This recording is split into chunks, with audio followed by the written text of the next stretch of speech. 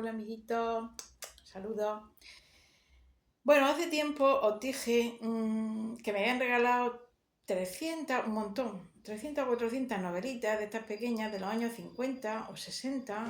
Mirad, esta es una de ellas, de la colección Biblioteca de Chicas, ¿no?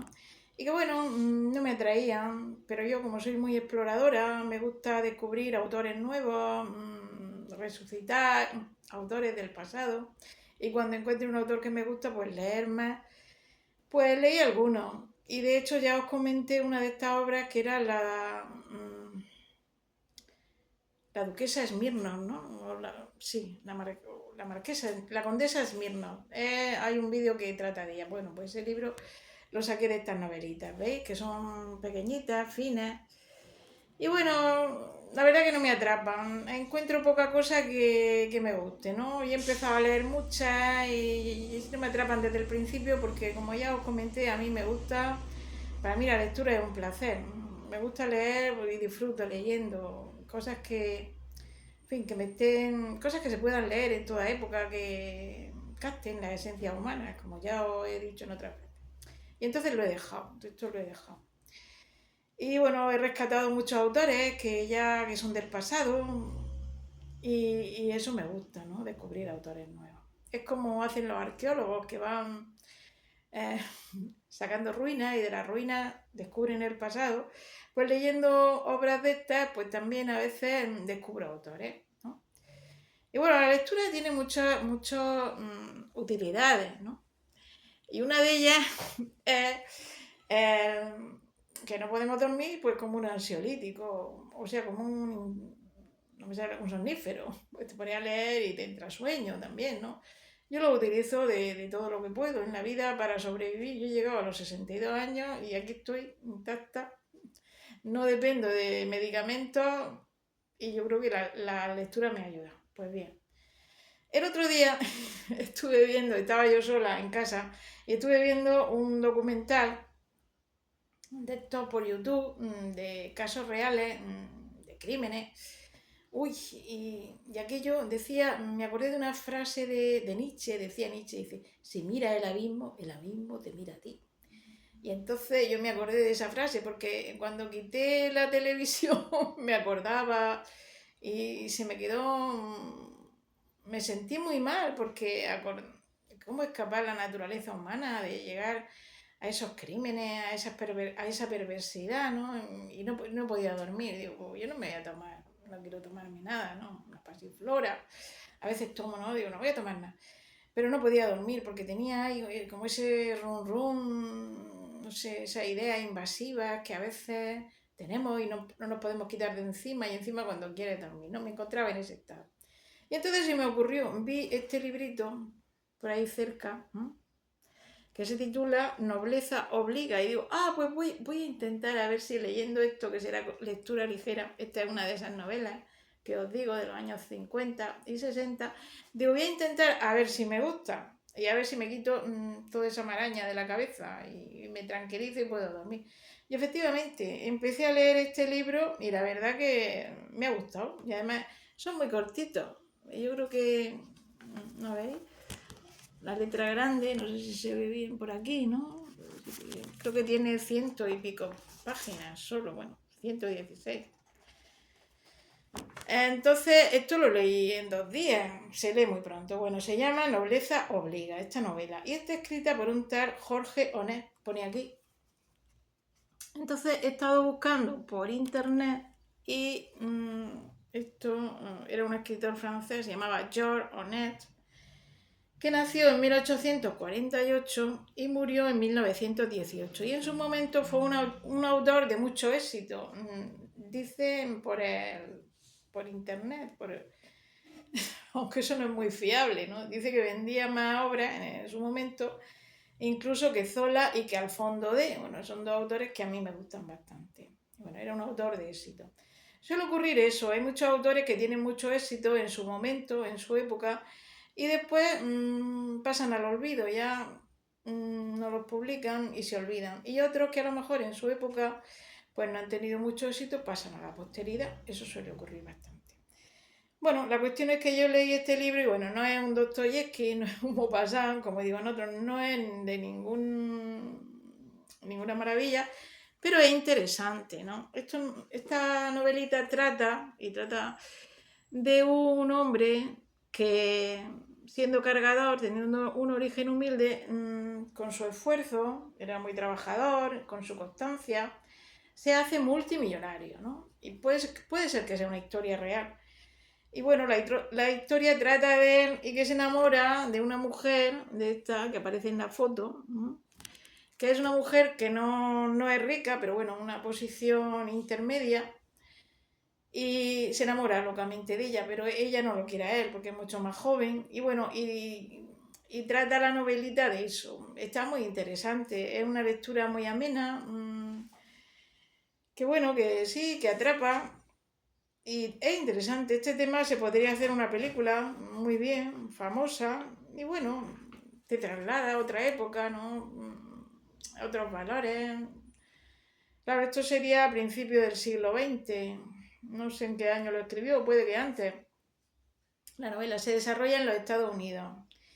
Y bueno, trata del hombre este que de la nada pues se hace rico y se expresa muy bien. Voy a leer un poquito del principio. Comienzo la lectura, un poco a botón de muestra. Dice así: pocos perdonaban a Jane Drayton su inmensa fortuna, por lo que era frecuente que tanto envidiosos como gente malintencionada recordasen aquellos primeros años en que, según se dice, fue mozo de cuerda.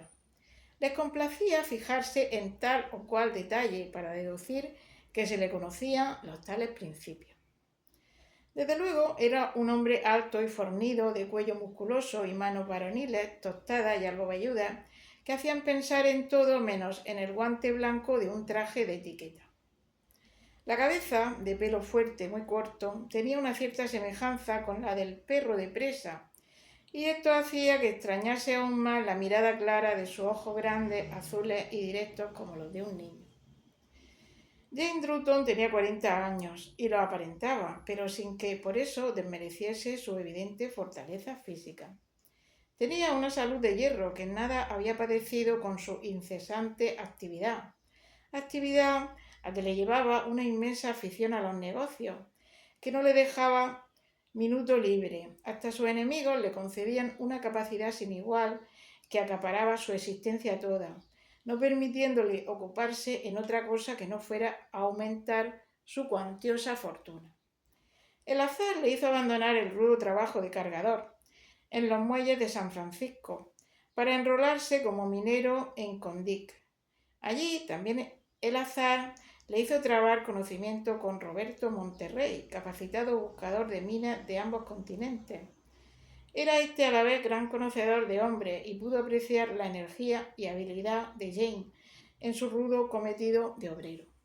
Cuenta un poco la historia de cómo se hizo rico, brevemente. A los 6 meses de entrar en contacto ambos hombres, Monterrey llevóse consigo a Jane a Patagonia, donde proyectaba hacía tiempo explorar el terreno, sospechando que existían importantes filones metalíferos. Los dos vivieron sin más ayuda que la que mutuamente se prestaban, en un lugar enteramente salvaje perdido en la cordillera de los Andes. Hubieron de sufrir privaciones que a cualquiera habrían parecido desproporcionadas con la energía y fortaleza del hombre más sufrido, pero lo superaron todo con la caridad a fin que intuyeran el uno en el otro, el heroísmo. O sea, que se hicieron muy amigos, pasaron muchas calamidades y bueno, y se hicieron ricos. Ya veis que es una lectura amena y bueno, se expresa muy bien. Y bueno, y ella explica cómo se hizo rico con el otro. Bueno, iba de ayudante del otro y el otro murió de una fiebre amarilla, entonces él se hizo con una mina. Y luego, como era una persona muy inteligente, muy dada a los negocios, pues llegó a hacerse multimillonario, el Jane Drayton este, ¿no? Y ya pues incluso influía en la bolsa, podía cambiar los presidentes de los estados latinoamericanos, pues lo tenían en cuenta, o sea, se hizo un gran personaje. Yo no sé si esto está basado en hechos reales, pero vamos, tiene mucha verimisitud, que no me sale la palabra. Bueno, ya cuando era multimillonario, llevaba ya muchos años, porque ni se fijaba en las mujeres ni nada, nada más que estaba pendiente de sus negocios, no sabía, era como un niño que no sabía desenvolverse en sociedad, entonces le hacen ir a un baile que él no quería, pero bueno, iban allí personajes muy importantes, y entonces le hacen ir.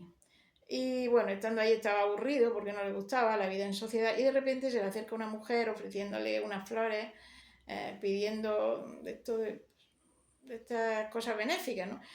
Y entonces él se enamora perdidamente de esa mujer y ya pues la novela es que intenta conquistarla y bueno, una historia muy bonita y breve. O sea, yo recomiendo este autor, que se llama Jorge Onet. Esto es una primera edición, este libro es una primera edición de junio de 1960, o sea, interesante. Yo recomiendo, yo si veo por aquí libros de este autor, baratos, que por ahí tirados de precio, por los mercadillos, donde suelo acudir, pues compraré alguno. Y os recomiendo su lectura, que es gratificante. Bueno, no es ninguna maravilla del otro mundo de psicología, psicológica. Pero bueno, yo pienso que en la vida, igual que necesitamos tener momentos de todo, momentos de seriedad, momentos de intensidad, de cariño, de profundidad, de pensar cosas profundas, pues también necesitamos momentos de frivolidad, de reírnos, de pasar el rato, de distraernos. Pues igual con la lectura pasa lo mismo, que a veces no apetece tampoco lecturas así de mucha profundidad psicológica, sino lecturas más livianas, que nos ayuden a dormir o también hace pensar de la vida también, esto es interesante, te traslada a otra época, a un mundo donde existían unos principios que ahora no tenemos principios, sino la gente solamente quiere el placer del momento y entonces pues se tenían otros principios, otra forma de ver la vida y bueno, a través de esta lectura parece como que viajo en el tiempo, me he ido a otra época y bueno, yo os la recomiendo, ¿vale? Bueno, amiguitos, espero que os haya gustado el vídeo, saludos y besitos.